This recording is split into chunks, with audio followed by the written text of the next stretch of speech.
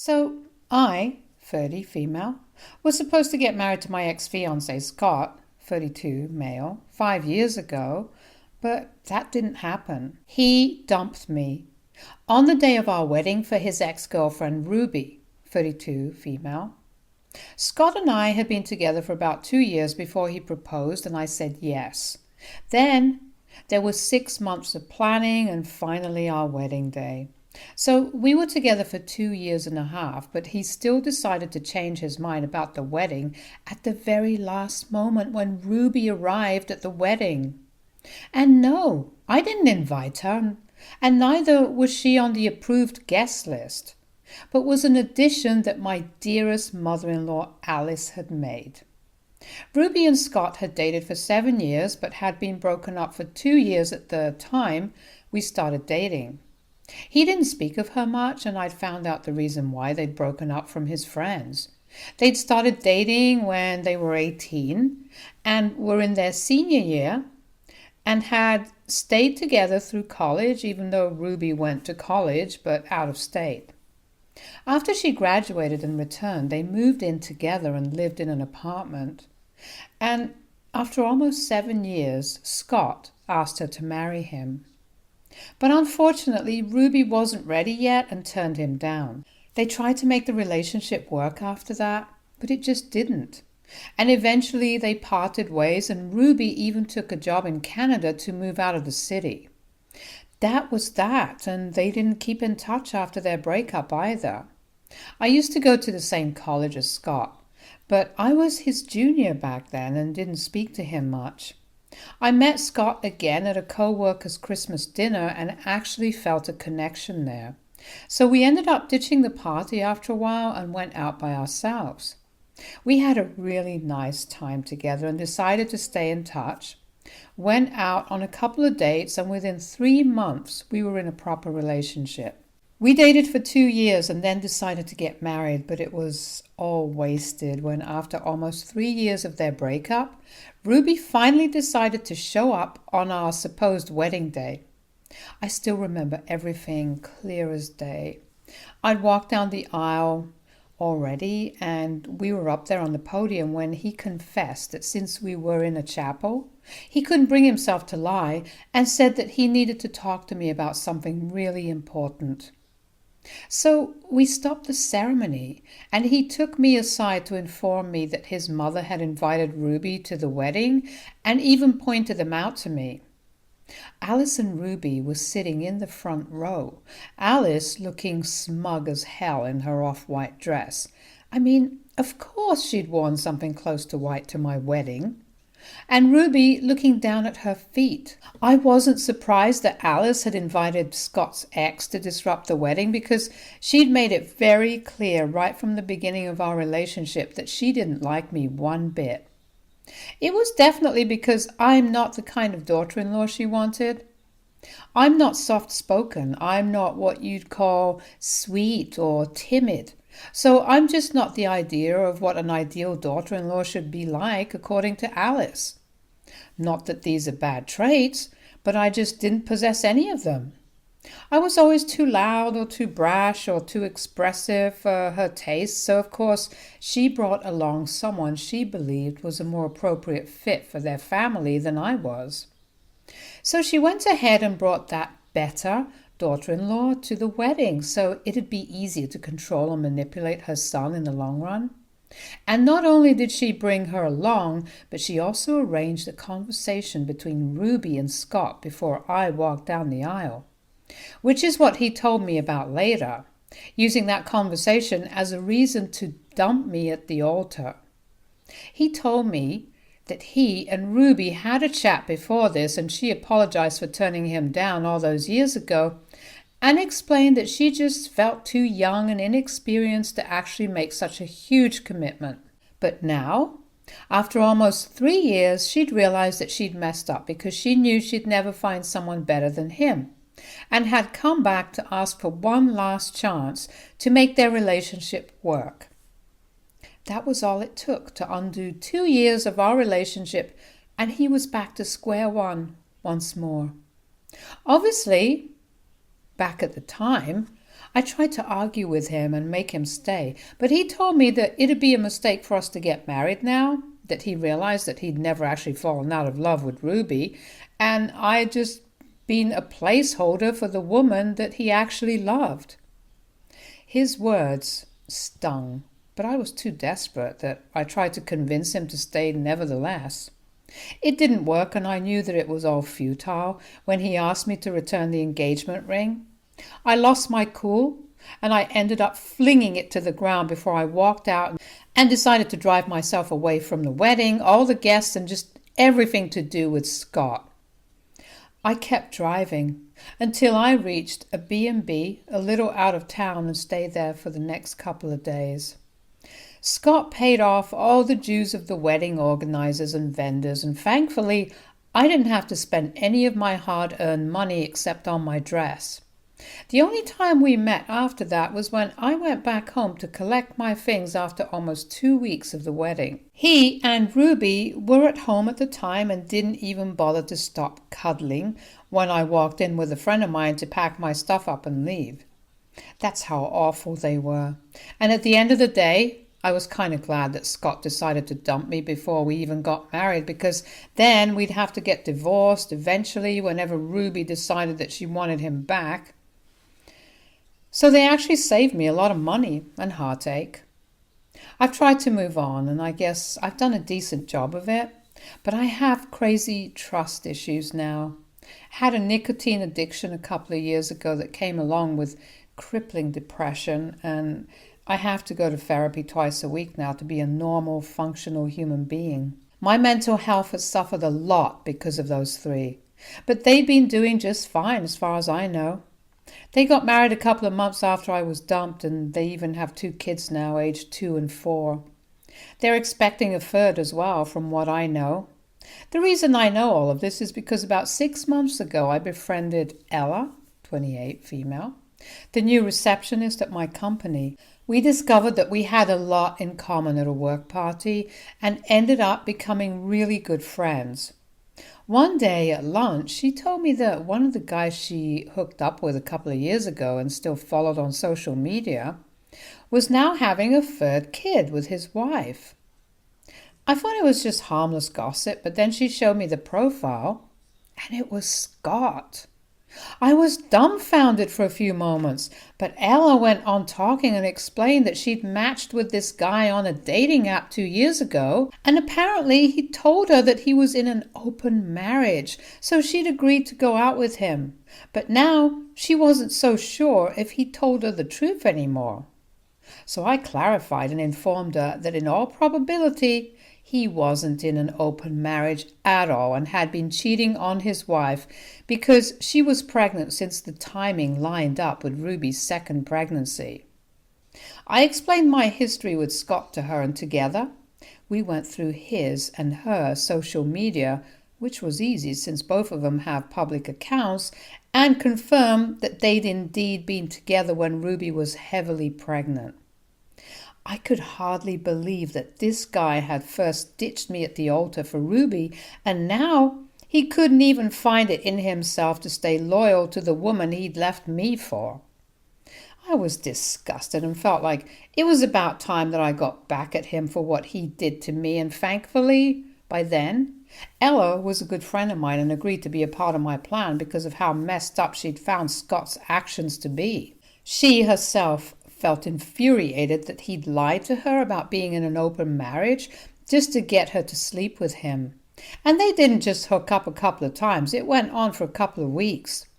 After their first few dates, she'd followed him on Instagram and found that his wife was heavily pregnant and had confronted him about it, but he told her that Ruby didn't really care since she'd been with a fair few guys in the initial months of her pregnancy too.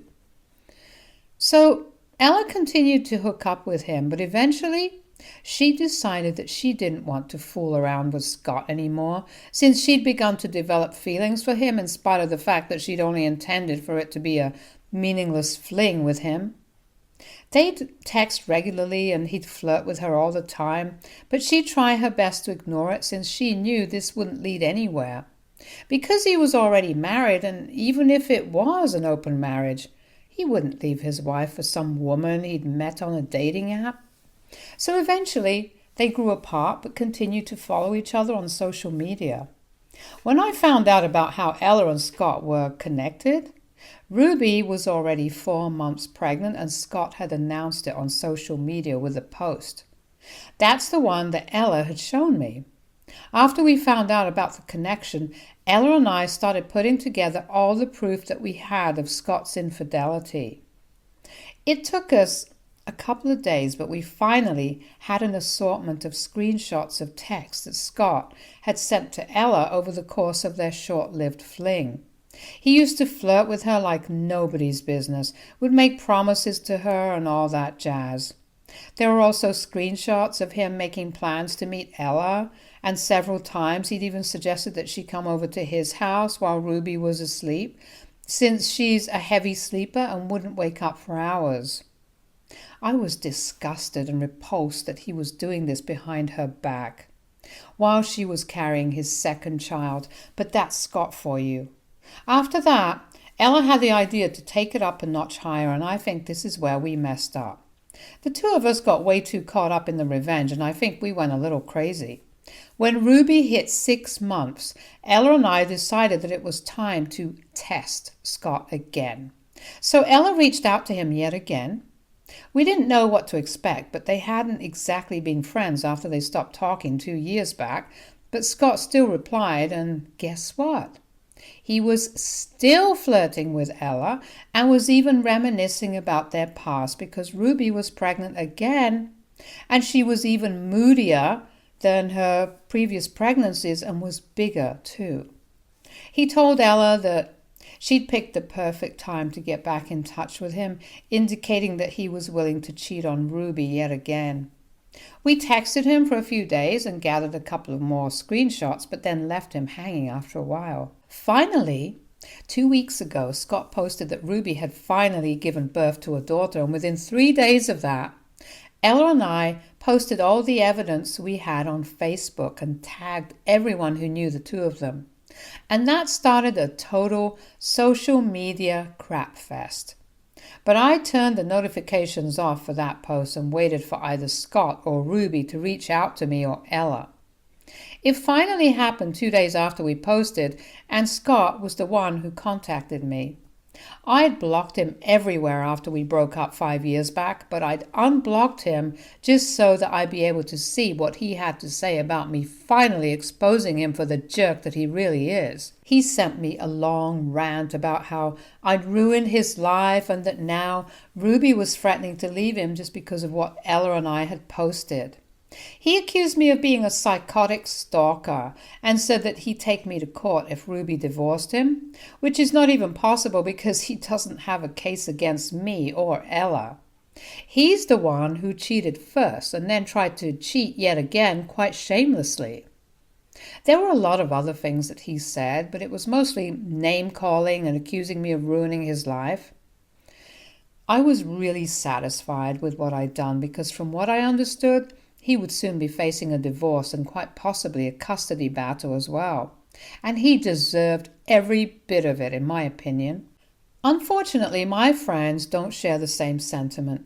They think I went too far, especially because Ruby was pregnant, and they believe that because it had been 5 whole years since our breakup, I should have just let sleeping dogs lie instead of pulling some crazy stunt on social media just for revenge, like we were still in high school.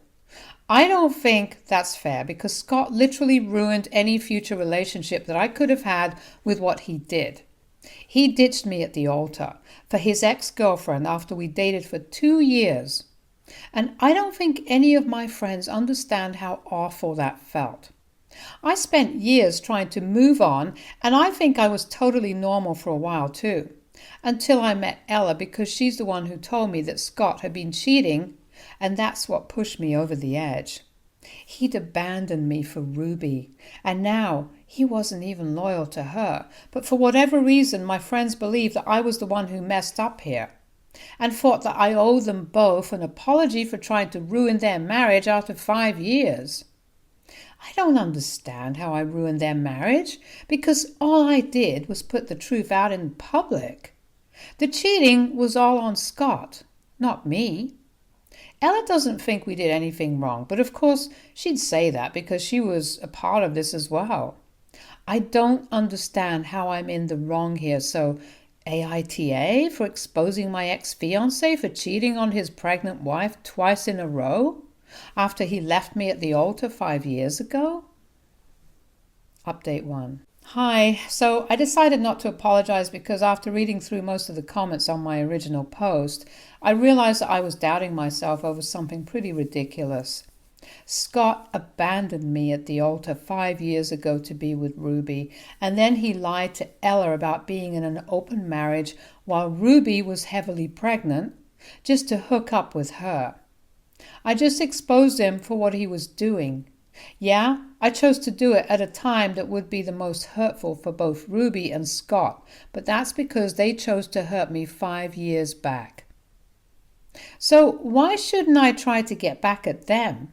I tried being the bigger person and had let it all go, but the universe brought me back into his life, some way or the other, just not for a good reason. I don't think I did anything wrong, and if anything, my friends should be talking about Scott being the bad guy instead of putting me down.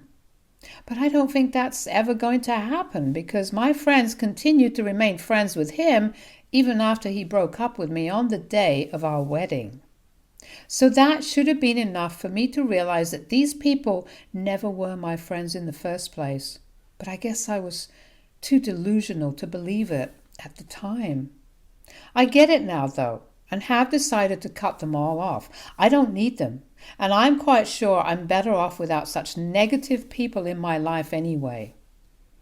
As for Ella, there was an unprecedented amount of hate for her because of the things she'd done, and I'd just like to take a moment to explain that she didn't have any idea that Scott wasn't in an open marriage back when she'd been going out with him. He'd convinced her that he was in an open marriage, and at that point he had very few pictures of Ruby on his profile, so it wasn't that hard for her to believe him. Trust me when I say this, she's really not the kind of woman who would hook up with a married man unless she knew that their partner had agreed to it. She's adventurous, but that doesn't make her immoral or whatever.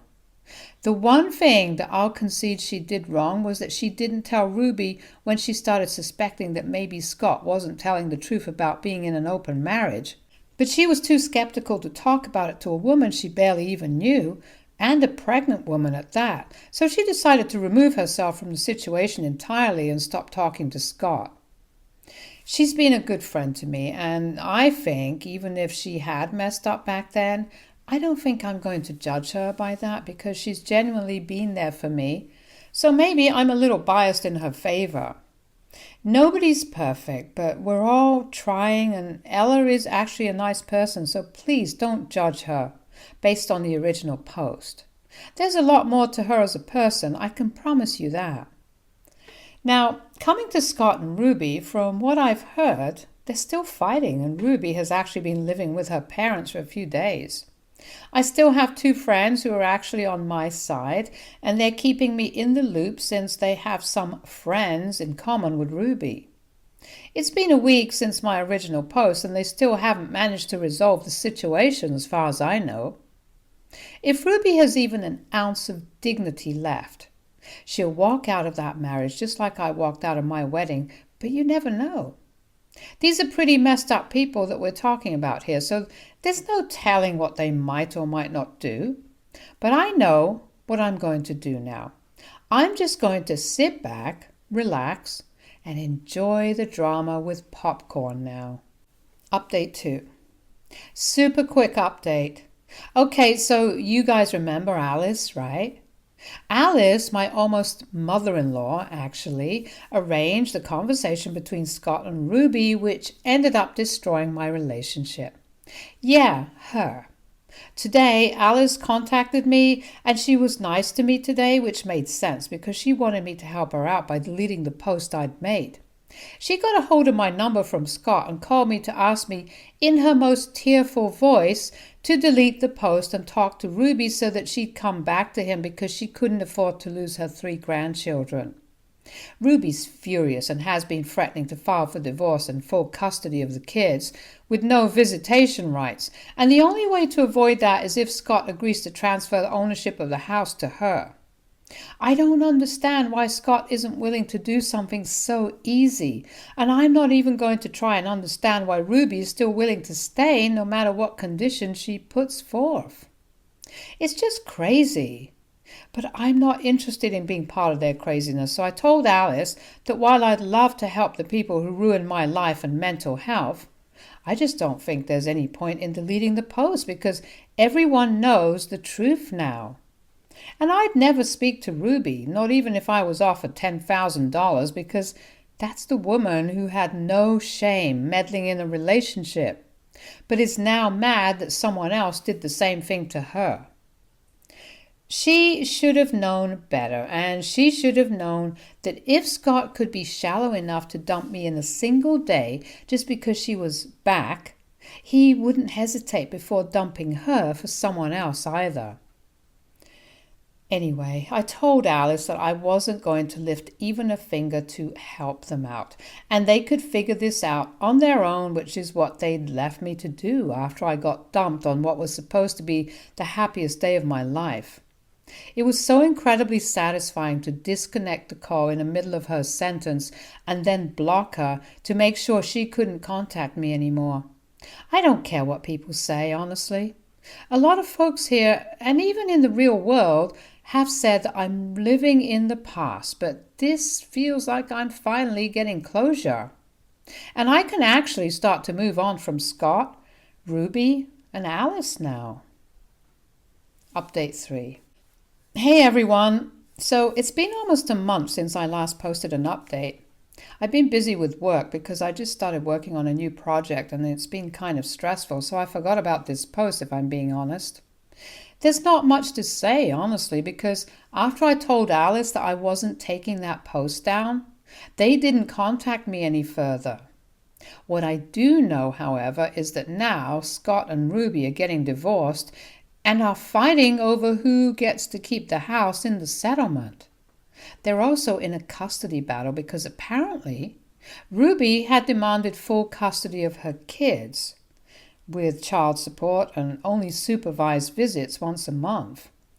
Ella and I have had a good laugh over this because the guy really has nobody else to blame at this point apart from himself, obviously. He had every chance to wake up and become a decent guy after he left me and fully committed to Ruby, which shouldn't have been hard because they dated for 7 years already. I'm guessing he cheated on her then as well, so this is probably nothing new for him. Come to think of it, he must have been cheating on me too, but I never found out about it. This just proves that life always does come full circle because they're the ones suffering now and I'm the one doing way better than I was in every aspect. Mentally, physically, and definitely financially. I did what I had to do and I got my closure. I'm going to wish them nothing but good luck for the future now because I think that they're going to need it. Stay tuned for more stories from Our Girl Relationships.